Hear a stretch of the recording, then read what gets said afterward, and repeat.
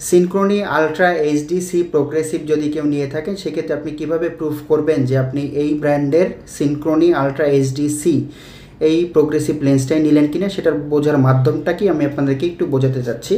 প্রথমে লেন্সটা দেখবেন, লেন্সটা দেখতে এরকম হবে, এটা কিন্তু ফটোক্রোমেটিক, এটা রোদে গেলে সানগ্লাসের মতো কালো হবে।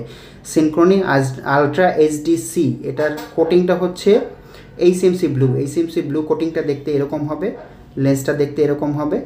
এবং এটা আপনি প্রুফ কীভাবে করবেন সেটা হচ্ছে খামটা দেখতে এরকম হবে, অবশ্যই আপনি খামটা অবশ্যই দেখে নেবেন, যেখানেই অর্ডার করেন না কেন খামটা দেখতে এরকম হবে।